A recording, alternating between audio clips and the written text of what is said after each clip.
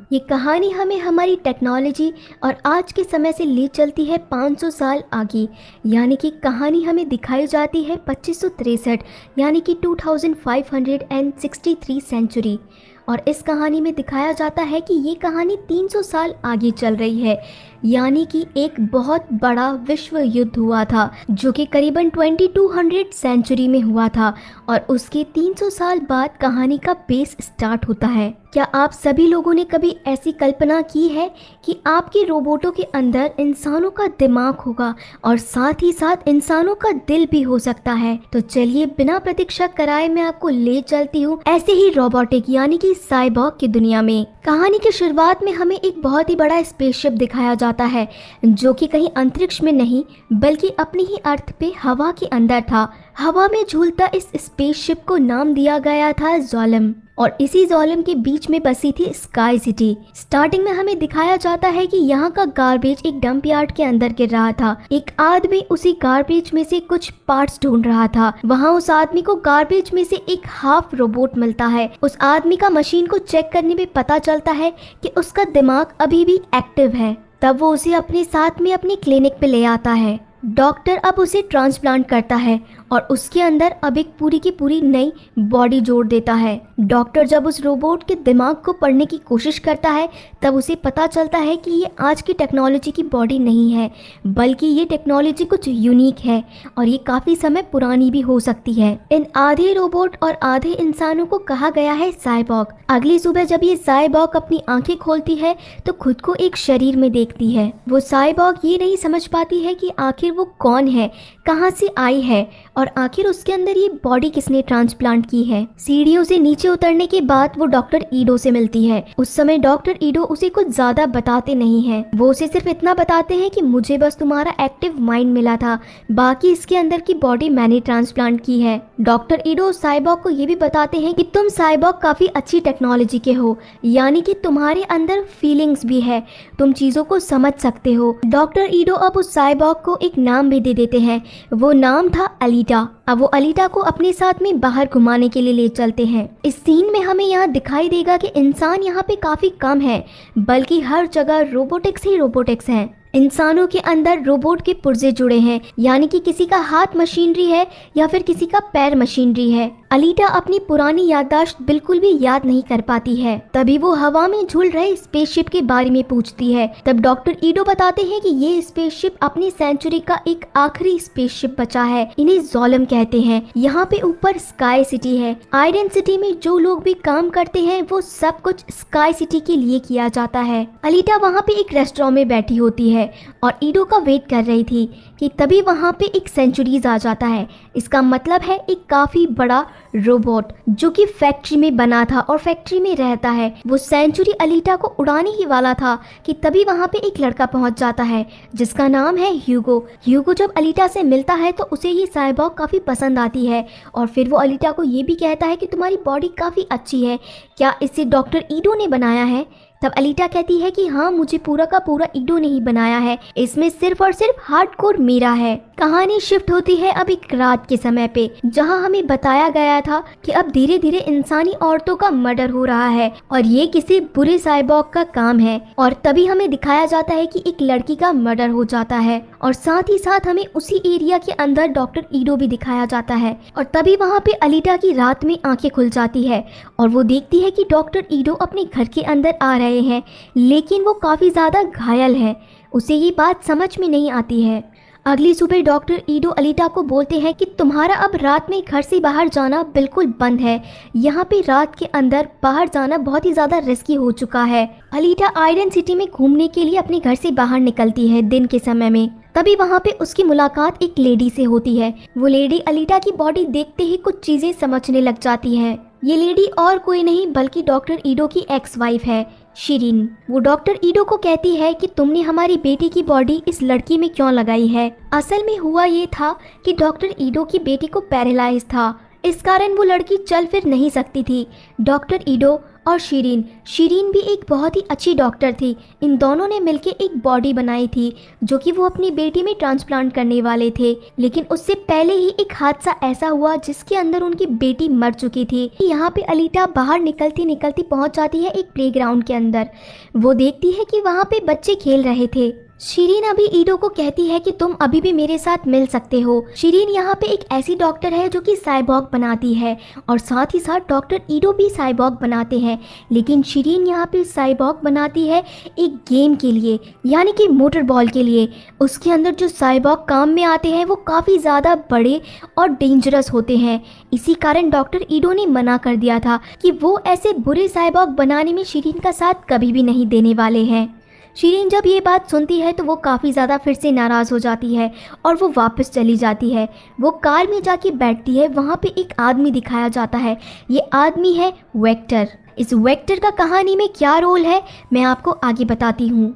Alita दिन के समय में आयरन सिटी में घूमती घूमती एक जगह पे पहुंच जाती है। वो जगह एक प्लेग्राउंड की तरह था और वहाँ पे कुछ इंसान और कुछ साइबॉग मोटर बॉल का गेम खेल रहे थे। उसी गेम के अंदर ह्यूगो भी था और ह्यूगो अलीटा को कहता है कि क्या तुम ये गेम खेलना चाहती हो। तब अलीटा ये गेम खेलना स्टार्ट कर देती है। स्टार्टिंग के अंदर ही ह्यूगो के फ्रेंड्स ने अलीटा को गिरा दिया था। अब अलीटा को ये बात लग गई थी कि अब तो ये गेम उसे जीतना ही है और तभी अलीटा वो बॉल लेती है और सीधा जाके गोल कर देती है, सभी को गिराती हुई। इतनी फुर्ती और इतना जल्दी गेम सीखना किसी आम साइबॉग की बात नहीं हो सकती है और वहाँ पे खड़े सभी लोग ये समझ जाते हैं कि इस लड़की में कोई ना कोई बात तो है। तभी रास्ते में वो नई नई चीज़ें देखती है और तब ह्यूगो अलीटा को चॉकलेट खिलाता है जो कि उसके लिए काफ़ी नई चीज़ है। मार्केट के अंदर तभी वो एक ऐसे साइबॉग को देखते हैं जो कि काफ़ी रूड दिखाई देता है और सभी उससे डर रहे थे। तभी अलीटा ह्यूगो से पूछती है कि आखिर ये कौन है। तब ह्यूगो बताता है कि ये एक हंटर वॉरियर है। शाम होने पे कुछ देरी हो जाती है अलीटा को घर पहुंचते पहुंचते कि तभी वहाँ पे ईडो उसको डांटता है कि तुम्हें शाम होने से पहले घर पहुंचना ही चाहिए था। अलीटा को ये बात पसंद नहीं आती है। अगले दिन फिर से ह्यूगो और अलीटा मिलते हैं। ह्यूगो अपनी सबसे फेवरेट जगह पे यानी कि एक बिल्डिंग के रूफ टॉप पे अलीटा को लेके जाता है। तब वहाँ ह्यूगो बताता है कि मेरी सिर्फ और सिर्फ एक ही इच्छा है कि मैं कभी ज़ोलम जाऊँ यानी कि स्काई सिटी। मैं इसी चीज़ के लिए दिन रात मेहनत करता हूँ और पॉइंट्स इकट्ठे करता हूँ। तब अलीटा पूछती है कि तुम आखिर वहाँ कैसे जा सकते हो। तब वो बताता है कि वेक्टर ने मुझसे वादा किया है अगर मैं उसे कुछ अच्छी रकम दे देता हूँ तो वो मुझे ज़ोलम ज़रूर भेज देगा। कहानी शिफ्ट होती है रात के अंधेरे में, जहाँ पे हमें दिखाया जाता है कि एक लड़की रास्ते के अंदर चल रही थी जहाँ पे और कोई भी इंसान नहीं था और उसका पीछा कर रहे थे डॉक्टर ईडो। डॉक्टर ईडो के हाथ में एक ब्रीफकेस था। वो अपना ब्रीफकेस खोलते हैं और उसमें से एक वेपन निकालते हैं। अलीटा ये देख रही थी सारा सीन जिसके अंदर डॉक्टर ईडो अपने वेपन से उस लड़की को मारने ही वाले थे कि तभी वहाँ पे अलीटा कूद पड़ती है और डॉक्टर ईडो को रोक लेती है। और वहाँ पे वो जो लड़की खड़ी थी वो एक लड़की नहीं बल्कि एक साइबॉग थी। अब अलीटा समझ गई थी कि डॉक्टर ईडो इंसानों को नहीं मार रहे थे बल्कि ये साइबॉग इंसानों को मार रहे थे और डॉक्टर ईडो इन्हीं साइबॉग को मारने के लिए यहाँ पर आए थे। अब वहाँ पे एक नहीं दो नहीं बल्कि तीन बुरे साइबॉग पहुँच जाते हैं। डॉक्टर ईडो अलीटा को वहाँ से साइड होने के लिए कहते हैं, लेकिन अब वहाँ पे जो बुरे साइबॉग थे वो अलीटा पे अटैक कर देते हैं। अलीटा जाने अनजाने इतनी शानदार फाइट करने लगती है कि वो एक के बाद एक यहाँ पे साइबॉग को मारने लगती है। उन सब के अंदर इनका एक लीडर भी था जिसका नाम था ग्रिविश्का। और अब अलीटा को समझ में आता है कि वो पास्ट के अंदर कोई नंबर 99 की वॉरियर हुआ करती थी। अलीटा बस उन साइबॉग से लड़ती ही जा रही थी। अलीटा को कुछ समझ में नहीं आ रहा था कि उसके अंदर आखिर इतनी पावर कहाँ से आई और उसे ये सारे मूव्स आते कहाँ से हैं। और इसी फाइट के अंदर उछल के वो ग्रिविश्का का हाथ काट देती है। ईडो कहता है कि तुम इतनी पावरफुल हो, ये चीज़ मुझे नहीं पता थी। कि तभी वहाँ पे अलीटा कहती है कि आप वॉरियर हंटर है, ये बात मुझे भी नहीं पता थी। तब वो लोग फैक्ट्री पहुँचते हैं।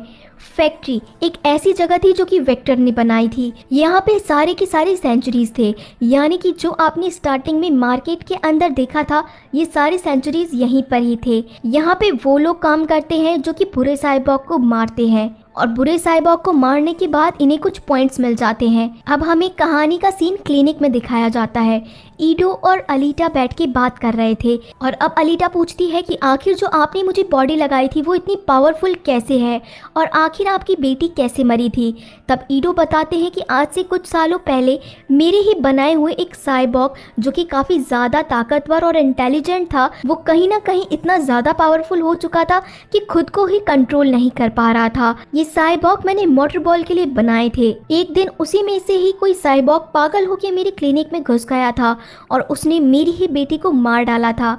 ये बॉडी मैंने मेरी बेटी के लिए ही बनाई थी जो कि पैरालाइज्ड थी। अब अलीटा खुद को जानना चाहती थी कि आखिर उसे जो झलकियाँ आई थी वो उसके पास्ट की थी, उसके पास्ट में वो क्या थी, यानी कि वॉरियर थी तो कहाँ की वॉरियर थी और वो कहाँ पे वॉर कर रही थी, ये सारी चीजें वो जानना चाहती थी। अब हमें कहानी दिखाई जाती है वेक्टर और शिरीन के यहाँ पे। वो लोग अपने साइबॉग को ठीक कर रहे थे, यानी कि ग्रिष्का को।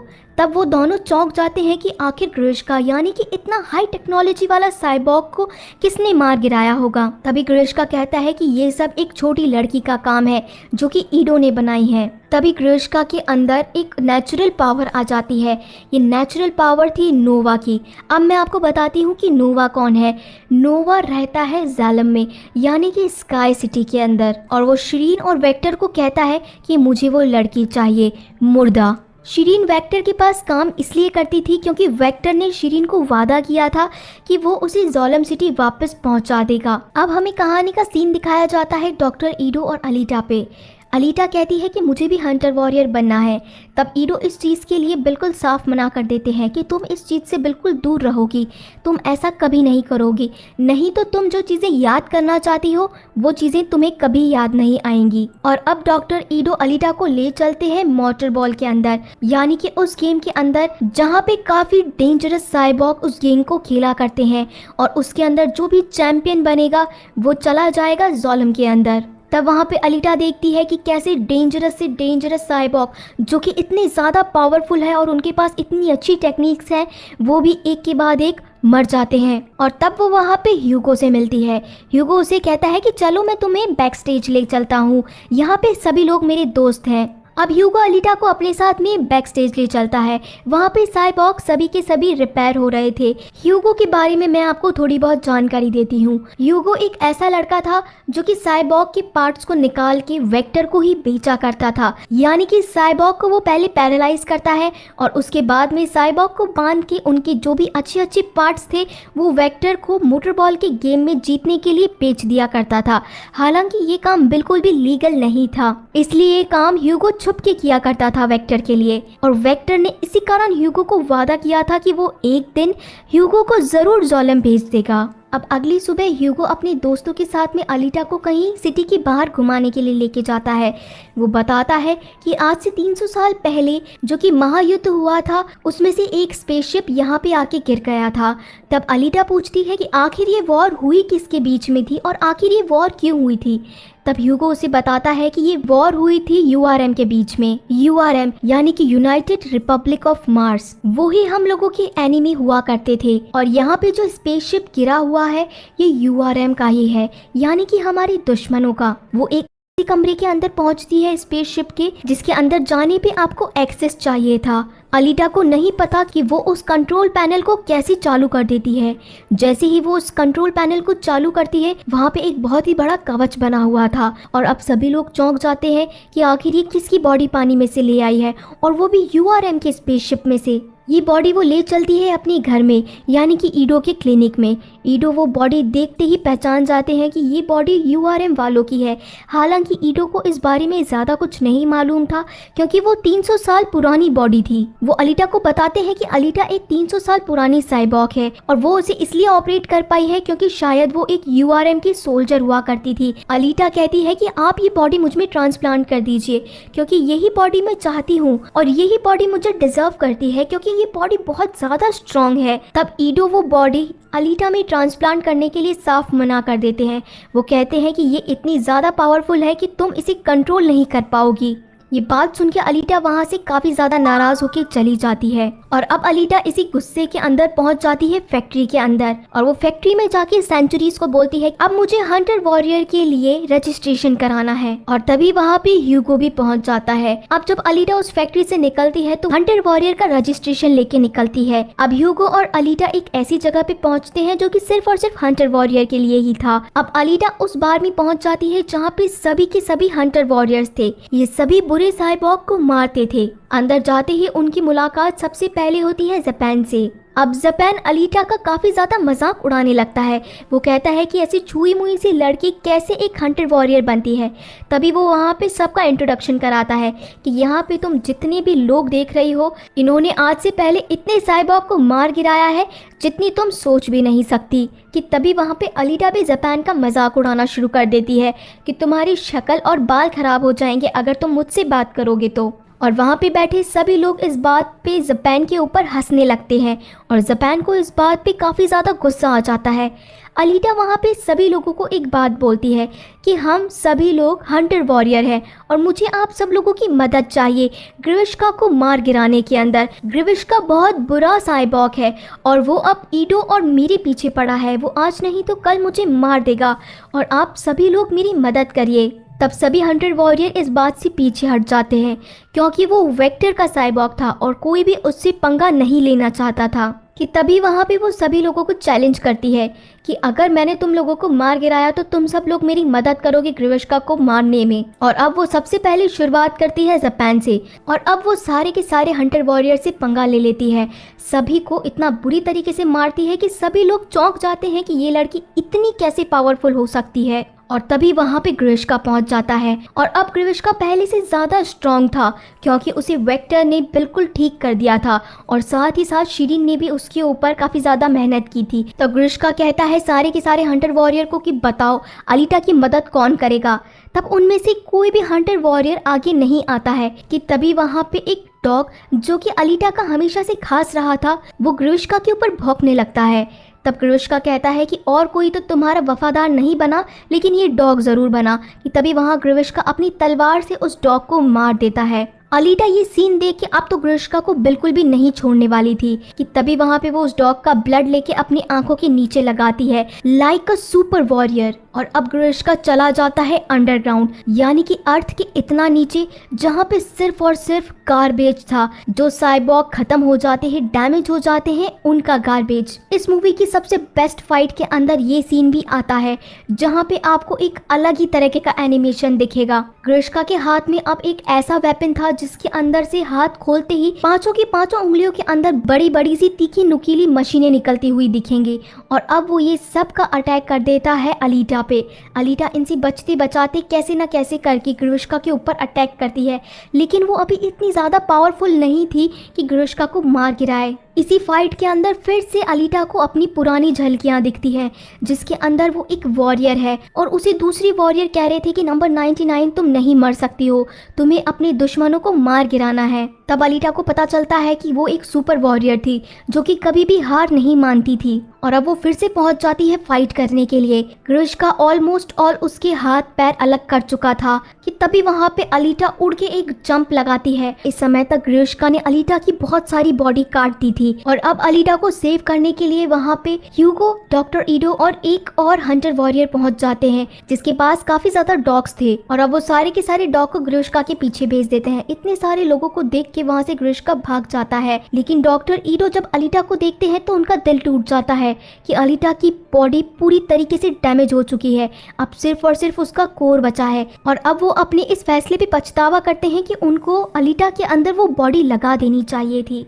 वो अलीटा को अपने साथ ले आते हैं क्लिनिक और वो जो बॉडी अलीटा लेके आई थी उसके अंदर अलीटा का ट्रांसप्लांट कर देते हैं। वो बॉडी जैसे ही अलीटा के कोर में अटैच होती है वो बॉडी पूरी तरीके से चेंज होने लग जाती है। तब डॉक्टर ईडो बताते हैं कि जैसा अलीटा अपनी बॉडी को इसके अंदर देखना चाहती है वैसे ही ये बॉडी चेंज हो जाएगी, ये इतनी ज़्यादा हाई टेक्नोलॉजी की है। अलीटा जब होश में आती है तो अपनी नई बॉडी को देख के काफ़ी ज़्यादा खुश हो जाती है और वो बताती है कि मैं अभी भी जिंदा हूँ और इस बॉडी को मेरी ही तलाश थी। दूसरी तरफ ग्रिविश्का जब बहुत ज़्यादा डैमेज हो चुका था तो वो पहुँच जाता है वेक्टर के पास में और अब ग्रिविश्का मना करता है कि अब मुझे ठीक मत करो, मेरी इतनी बुरी हालत फिर से उसी लड़की ने की है। तब नोवा अपनी स्पिरिचुअल पावर से फिर से वेक्टर की बॉडी में पहुंच जाता है और ग्रिष्का को कहता है कि तुम ही मुझे वो लड़की लाके दोगे। और वेक्टर ऐसे तो अलीटा को पा नहीं सकता था, इसी कारण उसने वहाँ पे ह्यूगो को बुलाया रात में। ह्यूगो वहाँ पे वेक्टर के लिए काम करता था, ये बात हमें पता थी, लेकिन वेक्टर ने उस दिन ह्यूगो को बहुत ज़्यादा अल्कोहल पिला दी थी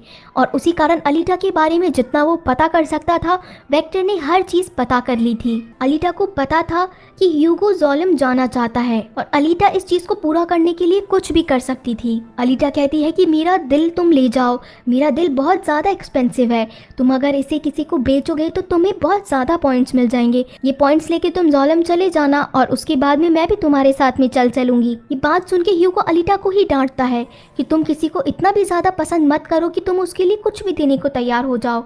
तब अलीटा कहती है कि मैं तुम्हारे लिए कुछ भी कर सकती हूँ, तो क्यों ना हम दोनों मिलके ऐसी पॉइंट्स बनाए जिससे हम तुम्हें जोलम भेज सके। और अब ह्यूगो को पता चलता है कि अलीटा एक इतनी अच्छी साइबॉर्ग है जिसके अंदर फीलिंग्स अनलिमिटेड है। अब अलीटा जब ये पॉइंट्स कमाना चाहती थी तो ये पॉइंट्स सिर्फ और सिर्फ मोटरबॉल के गेम को जीत के ही कमाए जा सकते थे। ईडो इसमें अलीटा की मदद करते हैं और अलीटा को एक ऐसा कवच बना के देते हैं जो कि स्ट्रॉन्ग तो था ही और साथ ही साथ इस गेम को जीतने में अलीटा की मदद भी करता। वो अलीटा को एक हेलमेट भी देते हैं और वो कहते हैं कि ये हेलमेट तुम पहने रखना हमेशा के लिए। अब हमें कहानी में एक सीन ऐसा दिखाया जाता है जहाँ पे वेक्टर ने सारे के सारे साइबॉर्ग को बुलाया था। ये सारे साइबॉर्ग हंटर वॉरियर थे और अब वेक्टर उन हंटर वॉरियर से चाहता था कि तुम अलीटा को मार दो। दूसरी तरफ जापान भी अपने इंसल्ट का बदला लेने के लिए पहुंच जाता है ह्यूगो के पास में। ह्यूगो उस समय पे बताने के लिए आया था अपने दोस्तों को कि आज के बाद वो ये सारे बुरे काम छोड़ देगा और अब वो आज के बाद कोई भी पार्ट्स नहीं चुराएगा। ह्यूगो के दोस्त काफी ज्यादा गुस्सा होते हैं इस चीज को लेके कि तुम अब ये काम कैसे छोड़ सकते हो, कि तभी वहाँ पे जापान पहुंच जाता है और वो एक ही झटके में ह्यूगो के दोस्त को आधा आधा काट देता है। अब जापान पीछे पड़ चुका था ह्यूगो के, क्योंकि उससे वो इंसल्ट बर्दाश्त ही नहीं हो रही थी। उसे पता था कि ह्यूगो को बचाने के लिए अलीटा जरूर आएगी और तब वो अलीटा को मार देगा। तभी ह्यूगो अपनी जान बचा के वहाँ से भागने लगता है और अलीटा को फोन करता है। मोटरबॉल गेम स्टार्ट होने में कुछ ही समय बाकी था कि तभी वहाँ पे ह्यूगो एक चीज़ नोटिस करता है कि ये सारे के सारे साइबॉर्ग और कोई नहीं बल्कि हंटर वॉरियर है और ये सब मारने के लिए आए हैं अलीटा को, जिसे वेक्टर ने ही भेजा है। ये चीज़ वो बताने के लिए अलीटा के पीछे भागता है कि अलीटा को वो बता दे ताकि वो इस गेम से बाहर निकल जाए, नहीं तो अलीटा इन सब के हाथों से मारी जाएगी। ईडो काफ़ी स्मार्ट था, इसलिए उसने पहले से ही अलीटा की हेलमेट में फ़ोन लगा दिया था और अब वो अलीटा को फ़ोन करके कहता है कि तुम यहाँ से निकलो, ये सब लोग तुम्हें मारने के लिए गेम खेल रहे हैं, यहाँ पे कोई भी जीतने के लिए नहीं खेल रहा है। अलीटा कहती है कि आप मेरी चिंता मत कीजिए और वहाँ गेम स्टार्ट हो जाता है। सारे के सारे लोग अलीटा के पीछे भागने लगते हैं अलीटा को मारने के लिए। अब अलीटा वहाँ समझ जाती है कि ये गेम मोटर बॉल का नहीं है बल्कि ये गेम उसे मारने का चल रहा है। तभी वहाँ पे ह्यूगो भी अब अलीटा को फ़ोन करके बताता है कि तुम वहाँ से निकलो, ये लोग तुम्हें भी मारने वाले हैं और जापान अब मेरे पीछे पड़ चुका है, वो मुझे मारने वाला है, तुम मेरी मदद करने के लिए जल्दी आओ। उससे पहले वहाँ पे शानदार रेस होती है जिसके अंदर अलीटा एक एक करके हंटर वॉरियर को गिरा देती है और सारे के सारे हंटर वॉरियर गिर पड़ के अलीटा से मात खा जाते हैं, यानी कि कोई भी हंटर वॉरियर नहीं बचता है। एक दो हंटर वॉरियर अभी भी अलीटा के पीछे लगे हुए थे। अलीटा ह्यूगो की बात सुन के उस गेम से निकल जाती है और जैसा कि ह्यूगो ने बताया था कि वो पुरानी चर्च पे है, अलीटा भी अब पुरानी चर्च पे पहुंचने वाली होती है। लेकिन अभी भी हंटर वॉरियर ने अलीटा का पीछा नहीं छोड़ा था, वो सभी के सभी अलीटा के पीछे भागने लगते हैं उसे मारने के लिए। लेकिन अलीटा की ट्रिक्स काफ़ी ज़्यादा यूनिक थी, वो उन्हीं हंटर वॉरियर को अपने ही जाल में फंसा देती है और वो साइबॉर्ग मर जाते हैं। अब अलीटा तब तक पहुंच चुकी थी ह्यूगो के पास में, लेकिन वहां पे अब जापान भी पहुंच चुका था। जापान अलीटा को बताता है ह्यूगो की सारी सच्चाई कि कैसे वो साइबॉर्ग को डैमेज करके उनके पार्ट्स बेचा करता है वेक्टर को। ये बात सुन के अलीटा को बहुत ही ज़्यादा बुरा लगता है। इसके साथ ही जापान अलीटा को ये भी बताता है कि इसने इंसानों को भी मारा है। तब ह्यूगो कहता है कि ये चीज़ मैंने नहीं की है, लेकिन अब ये चीज़ यहाँ पे मैटर भी नहीं करती है, इसने मुझ पर गलत इल्ज़ाम लगाया है। अब जापान कहता है कि या तो इसे तुम मारो या फिर इसे मैं मार दूंगा, क्योंकि इसके सर पे भी अब इनाम लग चुका है। तभी वहाँ पे अलीटा कहती है कि तुम इसे नहीं मारोगे, अब ये मेरा शिकार है। अब अलीटा ह्यूगो को लेके उस पुराने चर्च में पहुंच जाती है, जहां पे ह्यूगो अब सारी बात बताता है कि मैं वहां पे अपने दोस्तों को बताने गया था कि आज के बाद मैं ये सारे बुरे काम बंद करने वाला हूं। लेकिन तभी वहां पे जापान पहुंच जाता है और जापान ने ही दूसरे इंसान को मारा था, इसी कारण उसने ये इल्ज़ाम मेरे सर पे लगा दिया है। अब वहाँ पे शिरीन भी पहुँच जाती है और अब वो ये सारी चीज़ें देख रही थी कि कैसे ये इंसान और साइबॉग कितने अच्छे हैं और हम जो कर रहे हैं वो बुरा काम कर रहे हैं, यानी कि वेक्टर कोई भी अच्छा काम नहीं कर रहा है। और अब वो अपने सारे के सारे इरादे बदल देती है। अगर अलीटा ने ह्यूगो को नहीं मारा तो सेंचुरीज अलीटा को मार देंगे, इसी कारण ह्यूगो को मारना जरूरी था। लेकिन शिरीन यहाँ पे हमें बताई गई है कि बहुत ही अच्छी डॉक्टर है, इसीलिए उन्होंने ह्यूगो को जिंदा रखने की ट्रिक निकाल ली थी। अब ह्यूगो का सर अलग करके उसे जोड़ दिया गया था अलीटा के दिल से, यानी कि उसकी नब्ज अभी भी चालू थी। अलीटा ह्यूगो का सर लेके पहुंच जाती है बाहर सेंचुरीज के सामने। सेंचुरीज इसका मुआयना करके बताते हैं कि हाँ ह्यूगो अब मर चुका है, लेकिन जापान को पता था कि ह्यूगो अभी भी नहीं मरा है, इसका अभी भी नर्व सिस्टम चालू है। तब जापान कहता है कि तुमने बहुत अच्छी ट्रिक इस्तेमाल की है, लेकिन मैं तुम्हें नहीं छोड़ूंगा। अलीटा पहले ही बहुत ज्यादा गुस्से में थी कि तभी वहां पे वो जापान की तलवार लेके उसी का ही चेहरा काट देती है और वो कहती है कि ये तलवार तुम कभी भी डिजर्व नहीं करते। अलीटा ह्यूगो का सर लेके पहुंच जाती है ईडो के पास में। ह्यूगो पहले एक इंसान था, लेकिन अब उसकी बॉडी नहीं रही थी, तो उसकी बॉडी में ईडो अब पूरी की पूरी एक रोबोटिक बॉडी ट्रांसप्लांट कर देता है, यानी कि अब ह्यूगो एक इंसान नहीं बल्कि साइबॉग बन चुका था। दूसरी तरफ शिरीन अब वेक्टर के पास में जाती है और बोलती है कि मुझे अब तुम्हारे साथ कोई काम नहीं करना है। अब जब शिरीन वहाँ पे जाने लगती है तो वेक्टर काफी बुरा इंसान था, वो शिरीन को वहाँ पे रोक लेता है और उसके बाद क्या होता है वो मैं आपको आगे बताऊंगी। अब अलीटा वेक्टर के ऊपर काफी ज्यादा गुस्सा थी, वो अब चाहती थी कि वेक्टर को अब वो एक सेकंड भी जिंदा नहीं छोड़े, क्योंकि वेक्टर ने सभी को धोखा दिया है। अब वो पहुंच जाती है फैक्ट्री, जहाँ पे सारे की सारी सेंचुरीज अलीटा पे अटैक कर देते हैं, लेकिन अलीटा अपनी नई बॉडी पाने के बाद में किसी को भी नहीं बख्शती है, बल्कि वो सभी को मार गिराती है। और अब वो पहुंच जाती है वेक्टर के ऑफिस में। वो वेक्टर के अंदर नोवा को बुलाना चाहती थी और हुआ भी यही, वेक्टर के अंदर अब नोवा का शरीर आ चुका था। तभी वहाँ पे अलीटा को फिर से एक झलकी आती है, जिसके अंदर वो देख पाती है कि वो ज़ोलम जाना चाहती थी अपनी और भी साथियों के साथ में ज़ोलम के ऊपर अटैक करने के लिए, लेकिन वहाँ पे ऊपर बैठे नोवा ने डिफेंस रिंग उन लोगों के ऊपर छोड़ दी थी। उस डिफेंस रिंग के कारण सारे के सारे वॉरियर मर जाते हैं और अब अलीटा को पता चलता है कि उसका असली दुश्मन और कोई नहीं बल्कि नोवा ही है। तब वहाँ पे ग्रिश्का भी पहुँच जाता है, लेकिन अब वो अलीटा की बॉडी के सामने एक सेकंड भी नहीं टिक पाता है। अलीटा अपनी तलवार की एक धार से ही ग्रिश्का को आधा आधा कर देती है और अब वेक्टर को पता था कि उसका बचने का कोई चांस नहीं है और नोवा अब अपनी स्पिरिचुअल पावर से एक बार के लिए वेक्टर के शरीर में आता है और तभी वहाँ पे वो वेक्टर को मार देती है। दूसरी तरफ ईटो अब अलीटा को फोन करके बताता है कि ह्यूगो निकल चुका है ज़ोलम जाने के लिए, वो अब कार्गो ट्यूब पे पहुंच चुका है। कि तभी वहाँ पे अलीटा कार्गो ट्यूब पे पहुंचने लगती है। ये कार्गो ट्यूब ज़ोलम तक जाता है। अलीटा ह्यूगो को कहती है कि तुम ऊपर मत जाओ, ये सब नोवा का एक प्लान है, ये सब छलावा है, यहाँ पे ऊपर कोई भी नहीं जा सकता है। तब ह्यूगो कहता है कि मुझे तो सिर्फ और सिर्फ ऊपर जाना है और अब तो मैं एक साइबॉग बन चुका हूँ, यानी कि मैं अब ऊपर जा सकता हूँ। तुमने आज तक मेरे लिए जो भी किया है वो सब बहुत अच्छा है।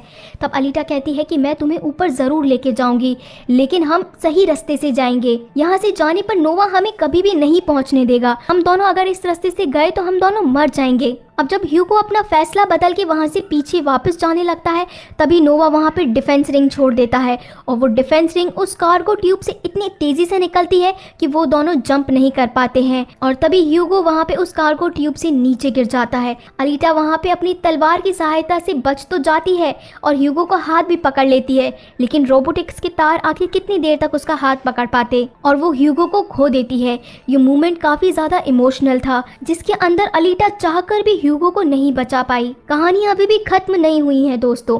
अब अलीटा को ऊपर ज़ोलम जाके नोवा को मार गिराना है। अब कहानी कुछ समय बाद में दिखाई जाती है, जहाँ पे अब वो सुपर हंटर वॉरियर बन के और काफी ज्यादा स्ट्रॉन्ग प्लेयर बन के मोटर बॉल की आखिरी राउंड में पहुंच जाती है। मोटर बॉल को अगर जीत लिया जाए तो उसी चैंपियन को ज़ोलम भेजा जाता है और अब वो पहुंच जाती है मोटरबॉल के स्टेडियम में, जहां से नोवा ये हर चीज़ देख रहा था। और तभी वहां पे अलीटा भी अपनी तलवार को ऐसे हवा में उठाती है कि जैसे वो नोवा को चुनौती दे रही है कि मैं ऊपर आने वाली हूँ। तो गाइज, आप सभी को कैसी लगी ये मूवी, जिसके अंदर मैंने कोशिश की है कि आप तक मैं सारी की सारी डिटेल पहुँचा सकूँ। गाइज, अगर आप सभी लोगों को ये मूवी पसंद आई हो तो इसे लाइक करिएगा और ज़्यादा से ज़्यादा शेयर करिए।